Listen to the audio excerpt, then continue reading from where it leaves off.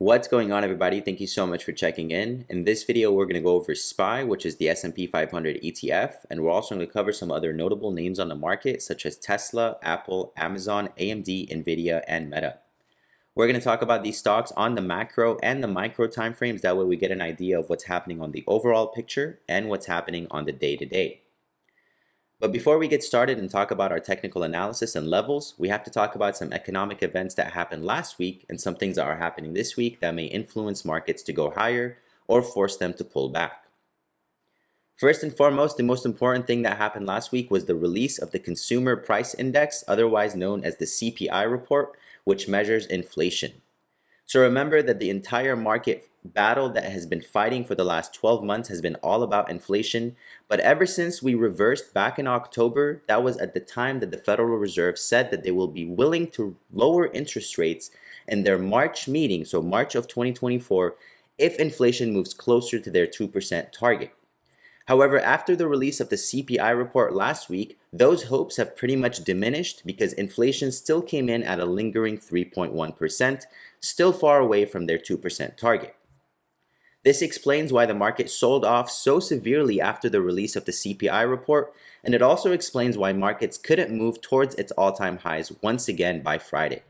So coming into this week, we do have some levels to go off of, but before we talk about those levels, we do have to mention that the Federal Reserve will be releasing the minutes of their Fed's January FOMC meeting. So remember, every time that the Federal Reserve holds a meeting, the following month they release the minutes report, which pretty much clarifies where each member stands on fiscal monetary policy and interest rates.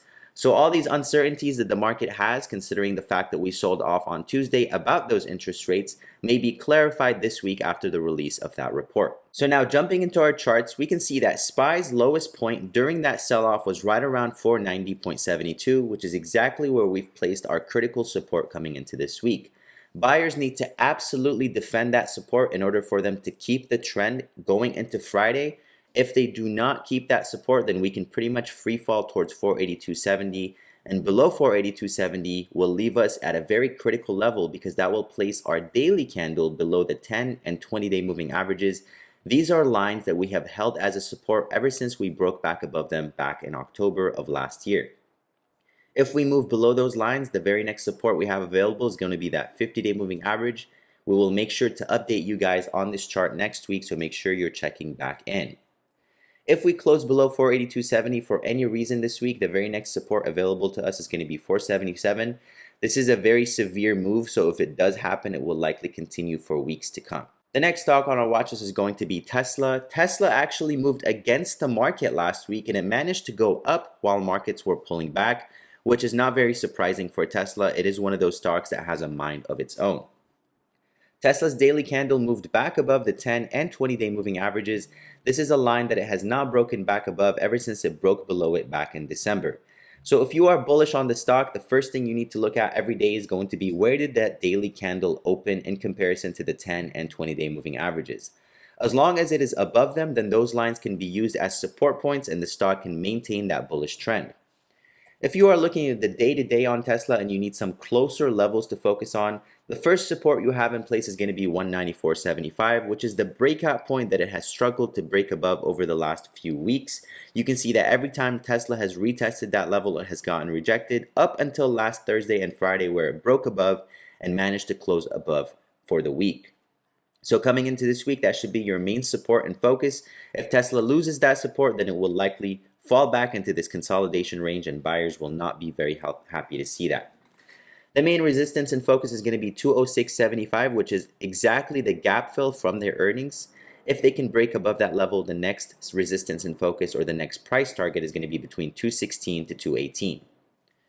The next stock on our watch list is going to be Apple, which suffered some of the most last week, and Apple is closing back again once near that 180.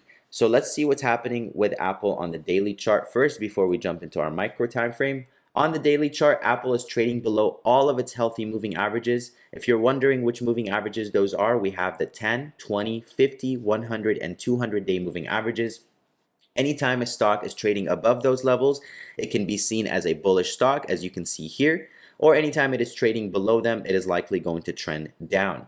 That is exactly the case for Apple, and if you are looking at it on a shorter term time frame, you can see that it is very close to breaking that 179.10 support. This is a support point that it has tested once, twice, and three times. All three times it has bounced above.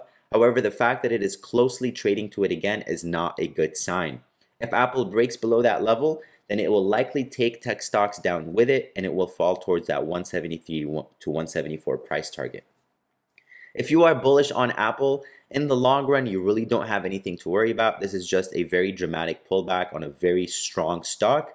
However, in the short term, Apple may not be able to make it back towards your bullish levels, which will be above 191.80.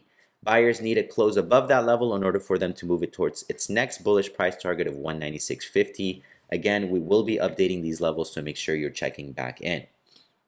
The next stock on our watch list is going to be Amazon. Amazon fell below its 10-day moving average last week, but it closed still above its 20-day moving average. This is something that we saw happen here, and you can see that Amazon went on to continue rallying higher. But there has been word or news of Jeff Bezos unloading about $2 billion worth of shares, which is scaring Amazon investors a little bit. The general trend is still bullish, but let's talk about some closer or some shorter time frames to focus on. You can see that we do not have any red zone for Amazon, and that's just pretty much because we are so bullish on it after their last earnings. We would not really enter a trade that is against the stock. We wouldn't take a short position, and we would not take puts, at least not as of now. We are bullish on Amazon above that 165.75 level. We would love to see buyers defend that level this week, and we are looking for a breakout above 175.40 for continuation towards our price target of around 180. The next stock on our watch list is going to be AMD. AMD tried so hard to break out last week, but you can see the stock continued struggling right around that 180 level. Here are some levels to focus on. First things first, we have a resistance at 180.67, but the ultimate breakout for AMD is going to be 184.92, which is pretty much its 52-week high or all-time highs rejection. Buyers still need a breakout above that level in order for them to take full control and continue moving it towards 200. To the downside, AMD has a support at 164.35. As long as it holds that support, we are still very bullish on it, but the closer it trades towards that support, the weaker that buyers are getting, so make sure you keep that in mind if you are looking to take a trade on AMD. Remember that this week will be Nvidia's earnings, and they will be highly influential on the entire semiconductor market, AMD included, so whatever Nvidia reports will likely influence AMD up or down. Speaking of Nvidia, which is set to report earnings on the 21st after market close, Nvidia's earnings are expected to be very strong. You can see that they have insanely grown over the last 4 quarters thanks to their artificial intelligence involvement and their involvement with ChatGPT. You can see that their earnings have gone from about 48 cents per share to about $3 per share, and they're only expected to grow even more for the first quarter of 2024, which are expectations of a phenomenal $4.20 per share. So this growth is extremely strong, which means that if Nvidia does come in line and meet expectations, then it will likely rocket higher and continue its rally towards all-time highs. Nvidia has successfully broken above 700 over the last couple weeks, but it has struggled to get above that 750. You can see that it has been struggling to get out of this range, which we have defined for you here. Nvidia's buyers are looking for a breakout above 746 for an all-time highs continuation, and the support is going to be 693. Now, when we look at Nvidia's option chain for this week, which is specifically for February 23rd, we can see that there is about 134% implied volatility, which translates to about an $83 expected move. So Nvidia is expected to make a move close to $90 on their earnings, but we don't know if that's going to be bullish or bearish. That will rely on what they report on their earnings reports.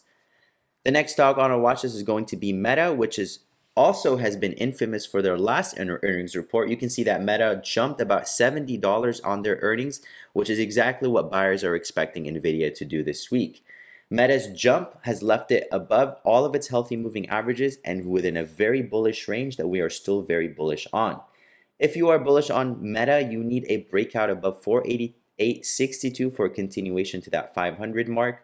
You can see that like Amazon, we do not have any red zone on Meta, and that's just because we are very strongly bullish on it.